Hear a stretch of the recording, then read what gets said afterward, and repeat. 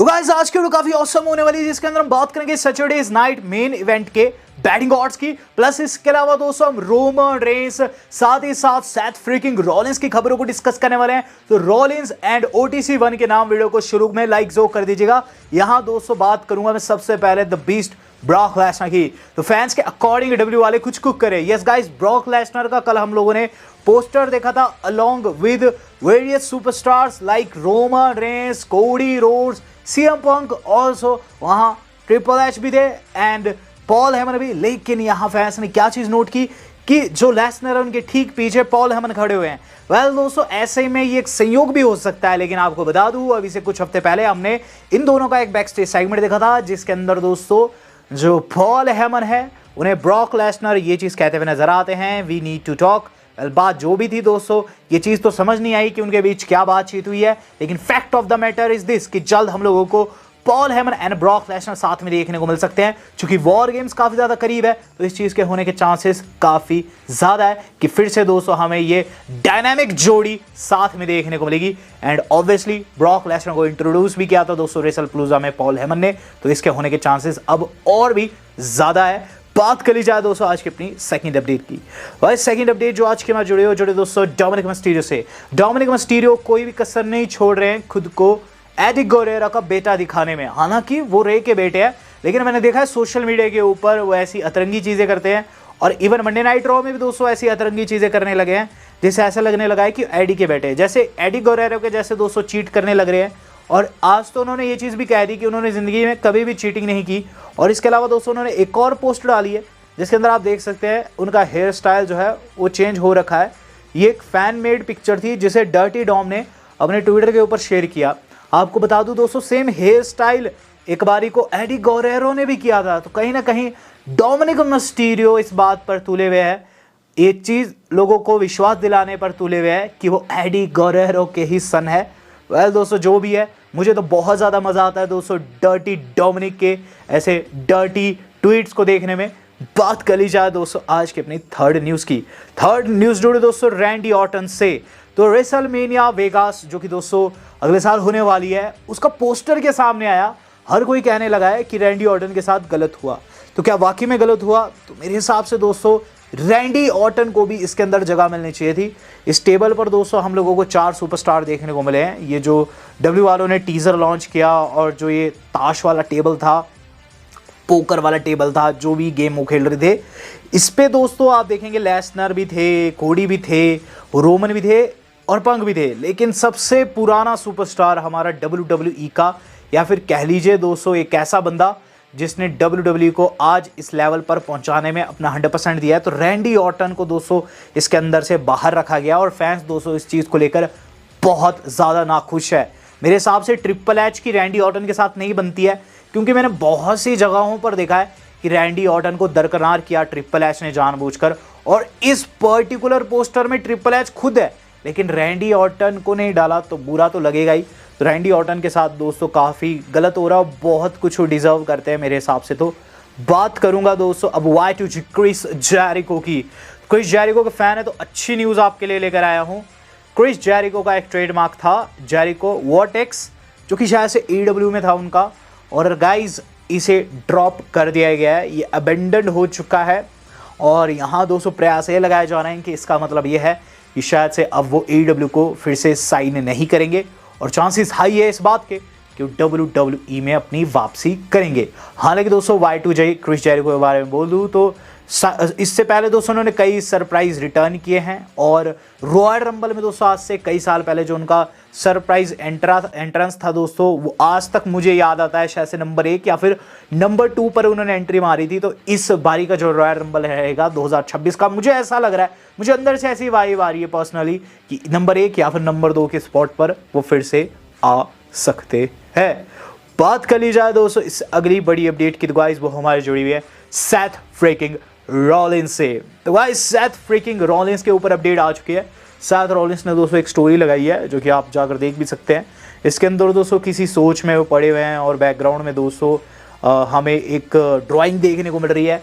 But ध्यान देने वाली चीज़ है कि हाथ पर उनके स्लिंग बंधा हुआ है, पट्टी वट्टी चढ़ रखी है, तो ये साफ है कि दोस्तों कि सैथ रॉलिंस इस बार इंजरी फेक नहीं कर रहे हैं। बट इस बीच वो कर क्या रहे हैं और क्या अपडेट है, तो गाइज आपको बता दूं सैथ रॉलिंस विले नहीं बैठे हुए हैं।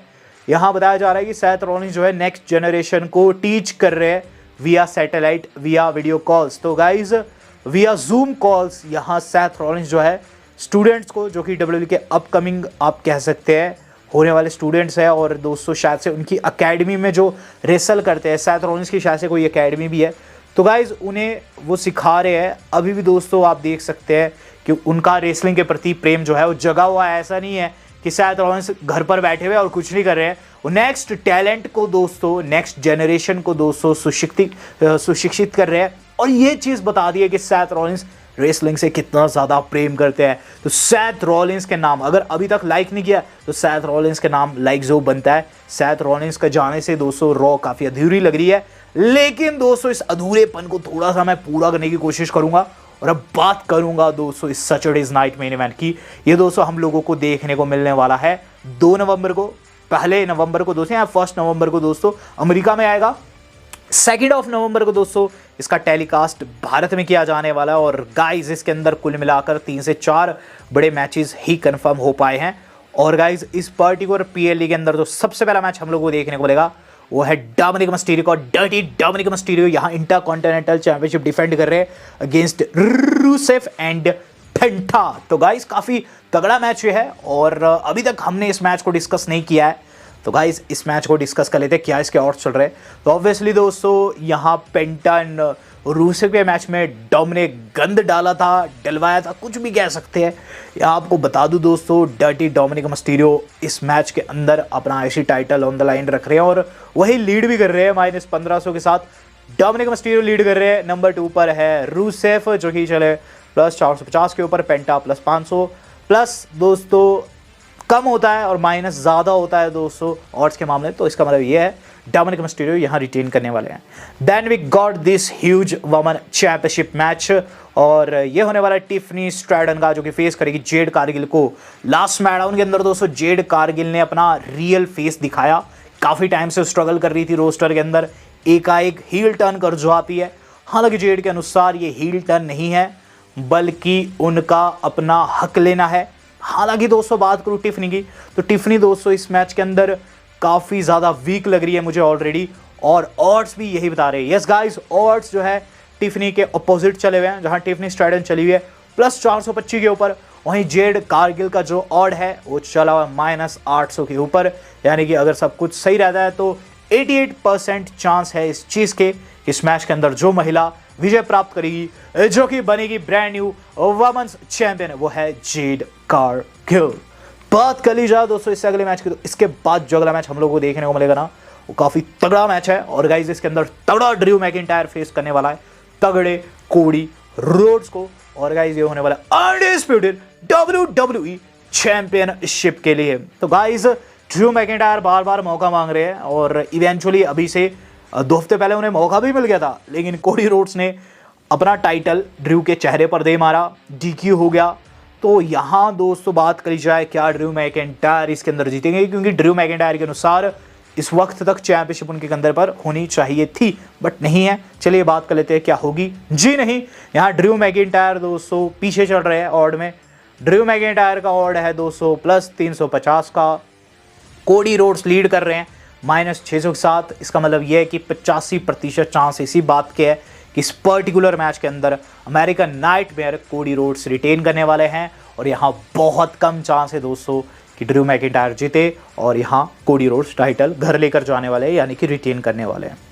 Then we got this huge match between Jey Uso and CM Punk. और गाइज इसका आधार तब डलता है जब अभी से ठीक 4 हफ्ते पहले सैथ फ्रीकिंग रॉलिंस जो है वो अपना टाइटल वेकेंट कर देते हैं। दरअसल उनके ऊपर अटैक हुआ था और उसके बाद ये बताया जाता है कि सैथ रॉलिंस को शोल्डर में इंजरी है और ऐसे में टाइटल एडम पेयर्स ने वेकेंट कर दिया।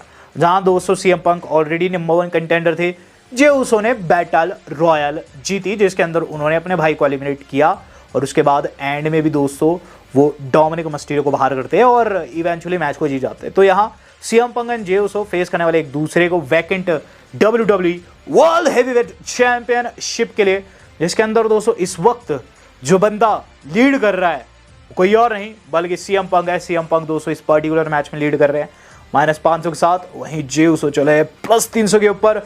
काफ़ी डिसेंट अंतर है दोस्तों। इससे पहले सीएम पंक का ऑड बहुत ज़्यादा था लेकिन अब थोड़ा कम हो गया है, पर जो भी है 83% चांस अभी भी सीएम पंक के brand new world heavyweight champion बनने के है। तो यहाँ सीएम पंक जीतेंगे और हेवीवेट चैंपियनशिप घर लेकर जाएंगे। बात कर ली जाए दोस्तों अब उस सिनारियो की जो कि हो सकता है हम लोगों को देखने को मिले, और उस सिनारियो की भी जो कि फैन एक्सपेक्ट कर रहे थे। फैन एक्सपेक्ट कर रहे हैं गाइज कि रोमन रेंस जो है वो यहाँ अटैक कर सकते हैं जे के ऊपर। वेल ऐसा क्यों है? दरअसल हाल फिलहाल में जे उसो ने एक ऐसी टिप्पणी कर दी है जो कि रोमन रेंस को बहुत ज़्यादा गुस्सा दिलाएगी। यस गाइज, जे उसो बहुत ज़्यादा बड़े बोले है और हाल फिलहाल में दोस्तों उनका ये बड़ा बोलापन साफ देखने को मिला, जहाँ WWE को दिए एक इंटरव्यू में रॉ रिकैप में बेसिकली क्या चीज़ वो कहते हैं, वो कहते हैं he see me now, you know what I'm saying is we equals now। कह रहे हैं कि मैं और रोमन रेंस अब सेम लेवल पर आ चुके हैं। यहाँ वो आगे कहते हैं मैं उसका स्टूडेंट था, कोविड एरा के दौरान मैं उससे सीख रहा था, वो मेरे लिए लर्निंग ट्री जैसे था। बट उसके बाद जब मैंने अपनी पहली चैंपियनशिप जीती, वर्ल्ड हेवीवेट चैंपियनशिप, तो उसके बाद मैं उसके लेवल का हो चुका हूँ और अब मैं फिर से मौका पा रहा हूँ वर्ल्ड हेवीवेट टाइटल के लिए और डेफिनेटली मैं उसे जीतने वाला हूँ। और यहाँ उन्होंने रोमन रेंस को खुद के लेवल का बता दिया है, यानी कि अब वो कह रहे हैं कि अब वो उनकी छत्र छाया में नहीं है बल्कि उनके बराबर के सुपरस्टार बन चुके हैं, वो भी बड़ा पेड़ बन चुके हैं रोमन रेंस के लेवल का। तो रोमन रेंस जो कहते हैं ना लेवल्स अबव एवरीवन, उसके खिलाफ जे उसो ने दोस्तों यहाँ बात कर दिया और फैंस को ऐसा लग रहा है कि रोमन रेंस यहाँ आकर जे उसो को सबक सिखा सकते, इस मैच में अटैक कर सकते हैं उनके ऊपर।